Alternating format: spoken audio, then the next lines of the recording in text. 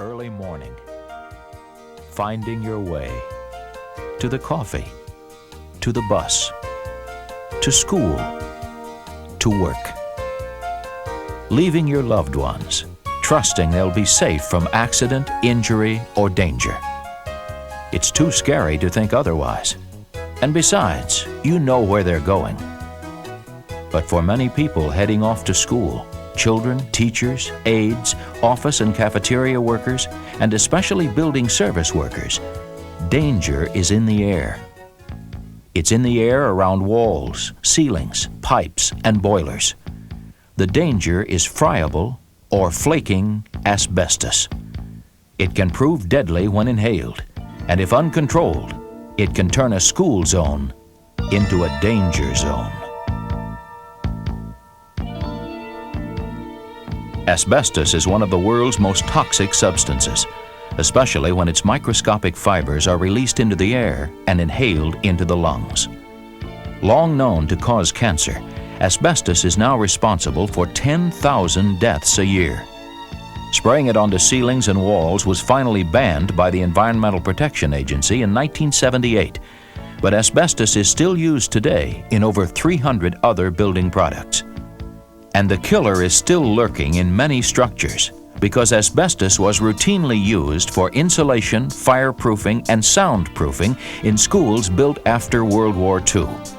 As these buildings deteriorate, asbestos covering ceilings, walls, pipes, and boilers becomes friable or crumbly, releasing millions of microscopic fibers into the air.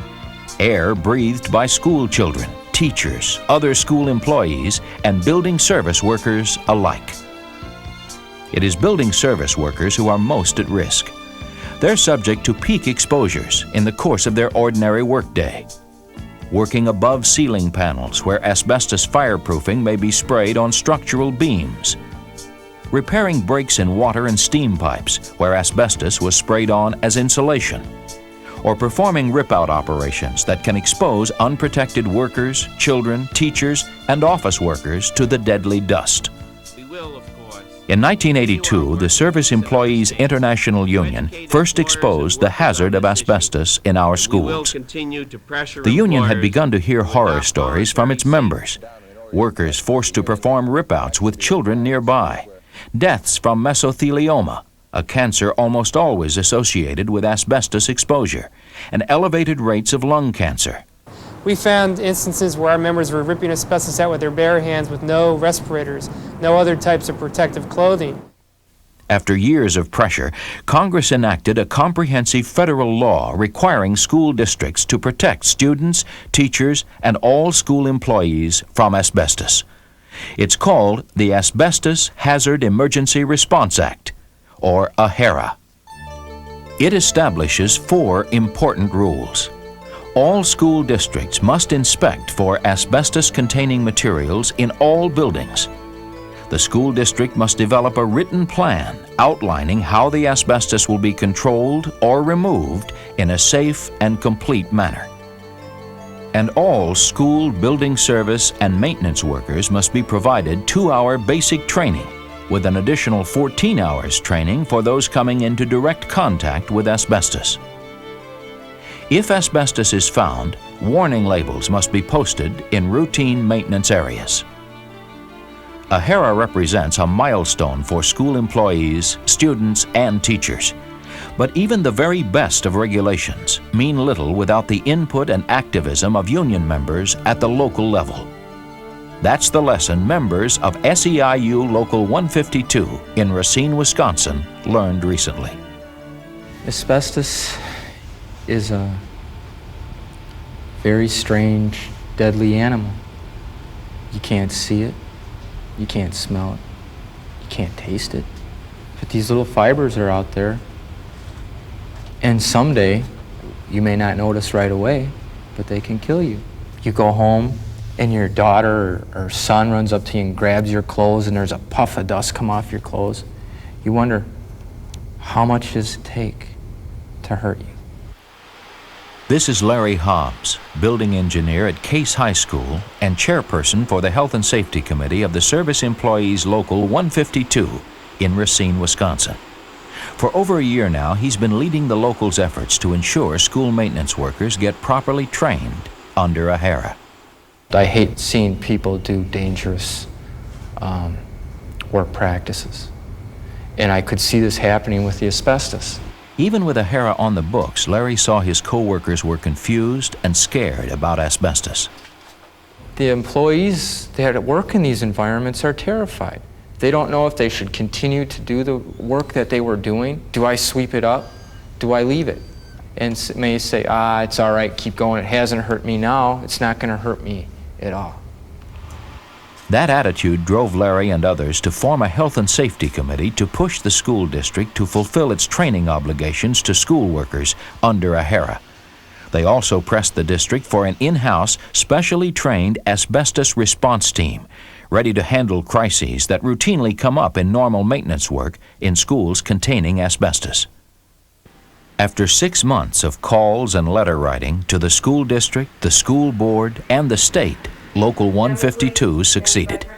The Racine School Board voted to create an asbestos response team of 2 positions in the bargaining unit. Larry Hobbs addressed the board. Local 152 would also like to thank the school board for its consideration of this in-house proposal idea when it was presented to you last January. Tim Hogan, the district's designated person for asbestos management, went along with the plan, though he didn't always support Larry Hobbs's efforts to bring in a response team. Larry has brought a number of concerns to our attention, and he's been very helpful at times. Other times, it's hard to deal with. For some people, these issues take on a personal importance that requires an added commitment of time, of courage, of caring.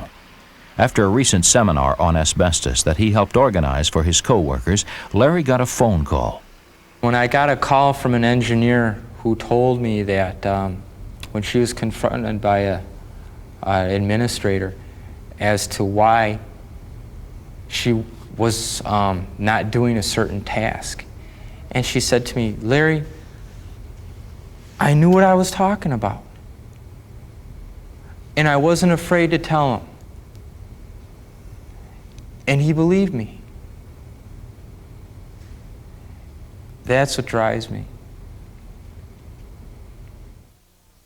I think right now we're at the position in AHERA where we're in round 2. Round 1 is over. AHERA is on the books. Round 2 right now is the sparring between the school administration and many of our locals as to how it's going to be enforced. In fact, it's happening all over. In Fresno, California, union members held a series of training sessions on asbestos. You know, if you're going to do a lot of demolition, you should really take a bulk sample to find out if it does. But big of a hazard for Later, they sat down with administrators from the school district to go over management plans and closely question officials. I think some of the employees or custodians may be concerned about going in behind that and cleaning up. When one school worker was asked why he got involved, this is what he said. Well, asbestos scares me for the fact that it takes a long time to manifest, and I want to be around to enjoy my children to grow up and perhaps see my grandchildren. School workers in Saginaw, Michigan took to the picket line outside a school board meeting to get some action. SEIU joined forces with the Teachers Association to force the Saginaw School District to follow proper procedures in contracting out large jobs involving asbestos while training their own employees. The school board ended up shutting down the school for 1 week until the problem was solved.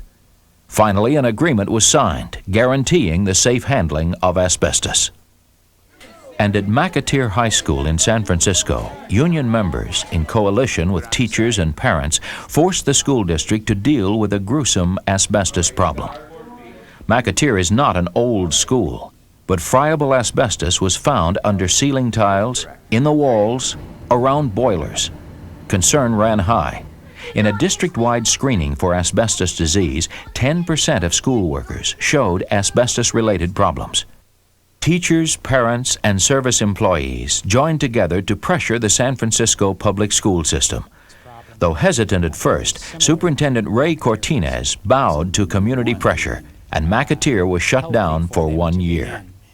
Getting asbestos off the ground was really a lot of hard work. It really and truly was. There was resistance and management, like this really can't be true. None of us imagined the extent of the problem or the amount of dollars that was involved, or none of us knew the effect it might have had or has had on our employees. Asbestos was so bad that it was in the self-contained ventilation system, so that it was in every classroom and people were breathing it, hopefully at low enough levels that there won't be any significant health problems. The school was closed down for roughly a year. Students relocated to another site. An estimated 200 to 300 personnel were in here removing asbestos from each of the 4 buildings. The reason that I believed that we needed to do everything possible is to make a statement about the value of human life and the value of an employee. I think we've made quite a bit of progress, although we have people that still don't pay as much attention because I guess they feel like it hasn't happened. You know, they've had examinations for asbestos and they don't show anything, and they don't feel like, well, you know, that they're gonna contact it. But the union has done quite a bit to help us. And why are people like Isaac Rodriguez, Willie White, and Larry Hobbs putting in overtime to make sure school districts live up to AHERA? Because asbestos can kill. And all too often, building service workers disturb asbestos-containing materials because they haven't been adequately trained. For teachers, for children, for all school employees, asbestos is a hazard. But for school workers like Isaac, Larry, and Mattie, it can be a daily date with death.